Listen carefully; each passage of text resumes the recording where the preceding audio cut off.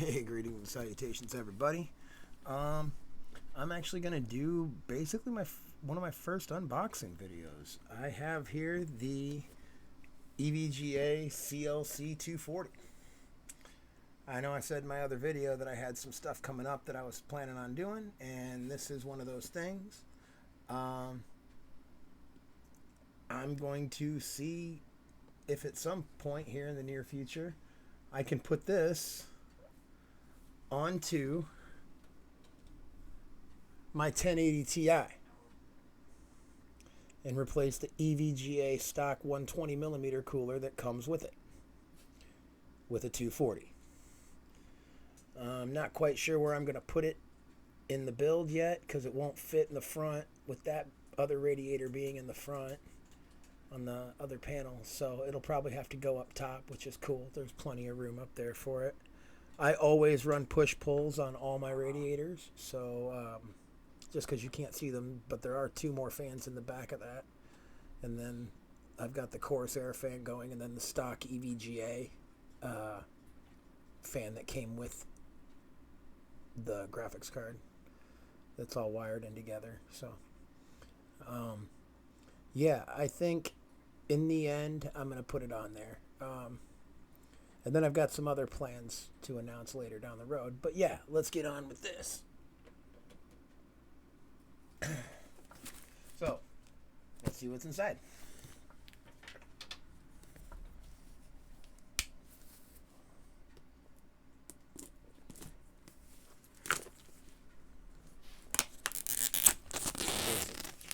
For those that love the paper shredding sound, or plastic shredding sound,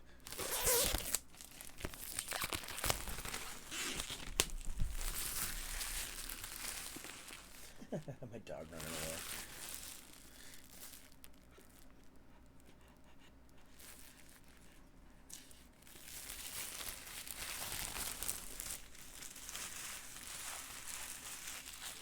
Alright, set that off to the side, throw away later.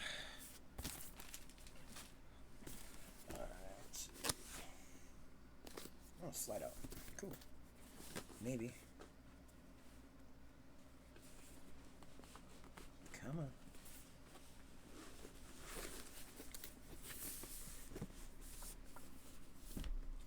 Ow. Would help if I didn't set it on my toe. There we go. Take that sleeve off the box. Alright.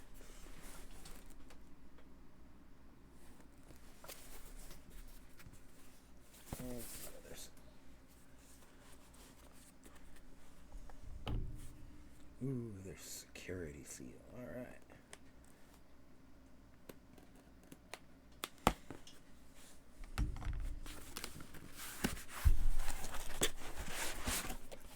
Okay, what do we got? Yeah.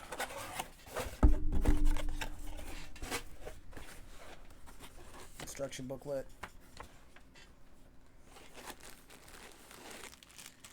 Mounting brackets.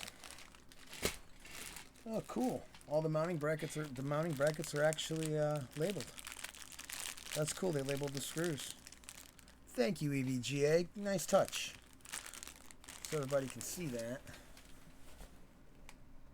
They got the AM4 and AMD screws marked, which is kind of nice. Because some sets are really similar, and there's nothing worse than going to put your AIO on and having the wrong stuff. So, let's see what we got here. Nice. There's our pump. Big blockhead. Nice. Let's see what we got here. Just a bit.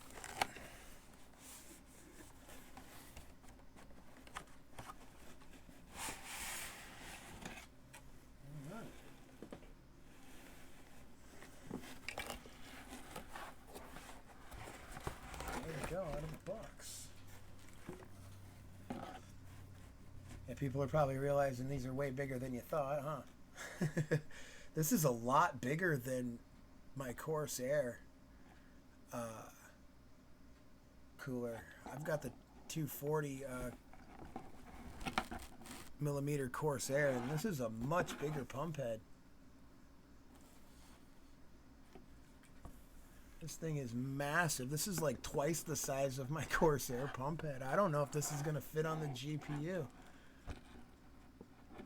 Oh well, either way, then I have a new cooler for my processor and I'll figure something else out. Because that's pretty big. I don't know. I don't know if that'll fit in there or not. But we'll figure it out. Hey, worst case scenario, I switch and I go to an NZXT bracket and I mount this to that anyway. So either way, I'm pretty sure I'm going to find a way to put this on my 1080 Ti. And then I will explain to everybody what it took, and I'll show everybody how to do it for their own. But yeah, so far this looks really nice. Really clean. I mean, I know it's brand new, whatever, but like the black look on it is really clean. Like, hold this up real close here. I'm curious if those ridges in the fans actually do anything. Or if they're just kind of a cosmetic touch, but either way, they look pretty cool. I don't remember if my 1080 Ti's AIO has that or not. But yeah, that's what I intend to do with this. So if people are going, well, you already have a 240. Why would you get another 240 and not go with a 360? Well, that's the intention, is to put this on my graphics card. That's why. The 3080 Ti's, you can get those with it. 3090 Kingpin comes with a 360 millimeter. So it's not like they haven't been able to put bigger ones on or whatever before, but I haven't seen anybody take an FTW3 hybrid and upgrade it from a 120 to a 240. So that's what I plan on doing. That is the goal. Let's see what else we got in this box. There shouldn't be a whole lot. Everything's already in here. Or already there like that. Big, awesome custom stuffing though. Get a 5-star rating for packaging, man. That's awesome. And that'll work till my other parts get here, because I'm not going to tear my graphics card open without having everything to put it back. So if I can't put it on with the stock stuff, I'm not putting the 120 back on at all. So once it's apart, I've still got to order the thermal pads, replacement thermal pads, in case these are cracked, broken, dried out, whatever. I want to have that all on hand. And since it requires 3 separate thicknesses,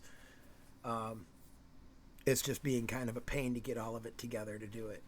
Then I've got to get some thermal adhesives to attach them to the heat sinks, and then probably do, what else do I got to get? The NZXT bracket still too.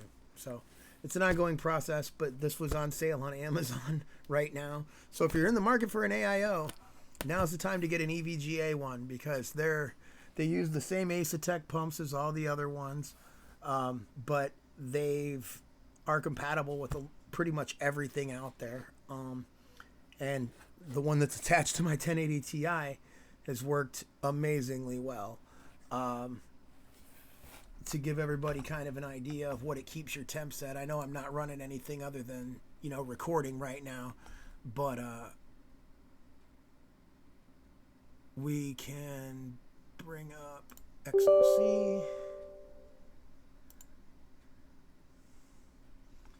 Give it a second here. And people that are wondering what I have my clock set, I will show everybody here in a minute. I'm going to shrink me here. And this will give me a good comparison to look back on later when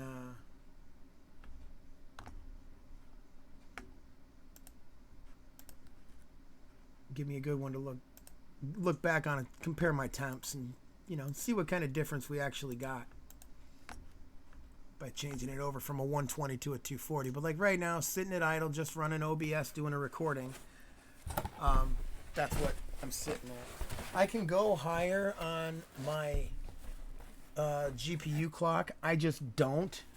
There's just the performance to what it pulls from the wall isn't worth going any higher for me.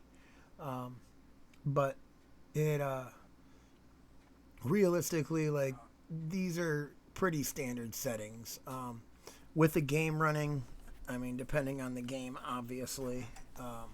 But like something like Raid, for example, really, to play it in 4K, the PC version. Yeah, it's because I'm trying to do too much right now. I've got other stuff running in the background too, so my processor's running a little low on juice. But we will, I mean, like right now I'm sitting at 2 gigahertz, 6210 megahertz for mem clock. So, I mean, it's, I have it set for my power target priority. I don't care about temp because, like I said, I'm on liquid, so it doesn't really matter to me.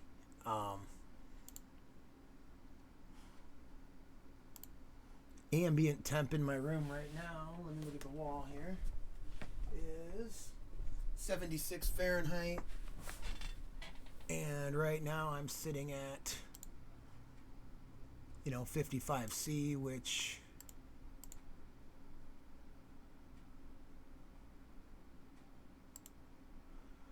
it my full GPU temp, that's the power. I monitor that more than anything else, because if that starts getting hot, then everything else is kind of irrelevant. So I watch my power, where the power comes into the graphics card the most. So like, if that gets into 70, it'll turn yellow. Like it'll light up my graphics card yellow as well. I have it all set to the same thing. So, being that it's literally right down and to the left of me. See, my second screen is below my first one. So it's easier to just show everybody. Here's how I have it set up right now. Because I use my TV. I'm in my living room, so there's my front door. I use my TV, and then I've got the computer monitor directly below the TV. And then PC right next to it on basically a plastic stand. And then full-size 4K TV. So when I'm trying to do stuff, if you ever wonder why I'm looking down, well, that's why I'm looking down. Or if I'm playing a game and you see me look down, it's because I'm looking like at chat or something. But yeah, otherwise I sit basically at 2 gigs on my GPU clock, 6200 on my memory clock, and those are my settings. I mean, that's it. And then I have it set to go off when I click it, so it doesn't just sit down in my memory tray. But yeah, I intend to totally turn that, put that on my 1080 Ti. So, in review for a cosmetic look and everything, yeah, I like it. I think it's going to be awesome. But yeah, one way or another, it's going on that 1080 Ti. So I will definitely do videos to show how that turns out. So thanks for watching, everybody. Have a good one. Peace.